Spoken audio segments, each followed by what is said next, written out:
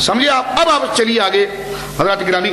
تو مولانا حاجی امداد اللہ مہاجر مکی رحمۃ اللہ علیہ، یہ بڑی قیمتی تاریخ میں آپ کے سامنے پیش کر رہا ہوں. یہ 1856 کے بعد جب لڑائی شروع ہوئی تو یہ کیوں گئے آپ سمجھ گئے؟ مکہ کیوں چلے گئے؟ یہ رہنے والے تھے سہارنپور کے. سہارنپور میں ایک جگہ ہے نانوتا، جہاں کا قاسم نانوتوی تھا، اس لیے حاجی امداد اللہ مہاجر مکی رحمۃ اللہ علیہ کے آگے نانوتا لکھا جاتا ہے. تو دیکھو کہتے ہیں یہ بھی تو نانوتوی ہیں. تو میں نے کہا یہ بھی نانوتوی ہیں تو اسلام آباد میں اگر ہندو پیدا ہو جائے تو کیا اس کو مسلم کہا جائے گا؟ اور جناب ہندوؤں کے علاقے میں اگر کوئی مسلمان پیدا ہو جائے تو کیا اس کو کافر کہا جائے گا؟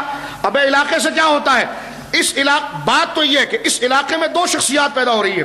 پیر ہے تو وہ ولی کامل ہے، خلیفہ ہے تو وہ پکا مرتد ہے. اس لیے کہ ہے دونوں نانوتا کے. ایک نانوتا میں پیدا ہو کر شیخ المشائخ ہو گیا اور ایک نانوتا میں پیدا ہو کر پرلے درجے کا مرتد ہو گیا. تو حاجی صاحب کے نام کے آگے کبھی کبھی نانوتوی بھی لکھا جاتا ہے، تو اس سے آپ وہم مت کیجیے گا.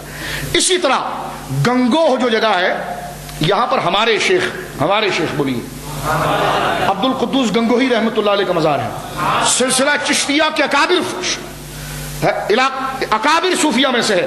تو گنگوہی دراصل یہ بدنام ایک طرف اتنا ہو گیا ہے، اس لیے لوگ جناب جو ہے کہ یہ سمجھتے ہیں. تو گنگوہ جو وہ علاقہ ہے تو وہاں پر عبد القدوس گنگوہی رحمۃ اللہ علیہ ان کا مزار شریف موجود ہے. اور ان سے گنگو میں رہنے والے وہابیوں کو کتنی نفرت تھی، اس پر ایک واقعہ سناؤں. سنیے. یہ کہتے نہیں ہم نے تو شدت کبھی نہیں کی. میں نے کہا یہ الگ موضوع ہونا چاہیے کہ میں اوپر سے لے کر نیچے تک سب کے حوالے پڑھ کر سناؤں لفظ بلفظ کہ امام احمد رضا نے تو ایمان کے مسئلے پر بولا ہے اور تم نے جو شدت کی ہے وہ تو عجیب و غریب شدت ہے. کیسی؟ سنیے. مولوی رشید احمد گنگوہی کا ایک مرید اپنے گھر سے گنگوہ جانا چاہتا تھا لیکن اسے بس نہیں ملی. ایک بس گنگوہ جا رہی تھی جو عبد القدوس گنگوہی رحمۃ اللہ علیہ کے عرس میں جا رہی تھی.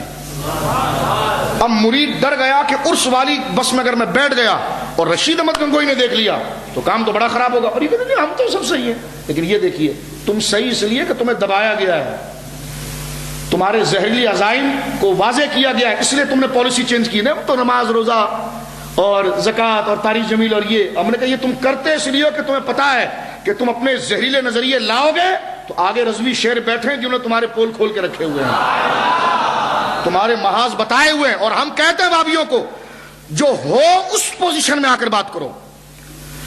یہ کیا نماز روزے کی بات کرتے ہیں؟ بات یہ کہ تم نے حضور کی توہین کی ہے اس لیے تمہارے اکابر کافر ہیں. نماز روزے کو بیچ میں کیوں لاتے ہو؟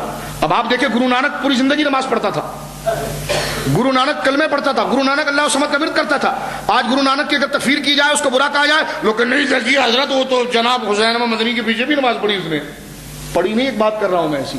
تو کیا اگر کوئی نماز پڑھے اور الگ سے کفر کرتا رہے اور شرکیہ عقیدہ رکھتا رہے تو کیا اس کو مسلمان بنانے کی نماز کی بات لائی جائے گی؟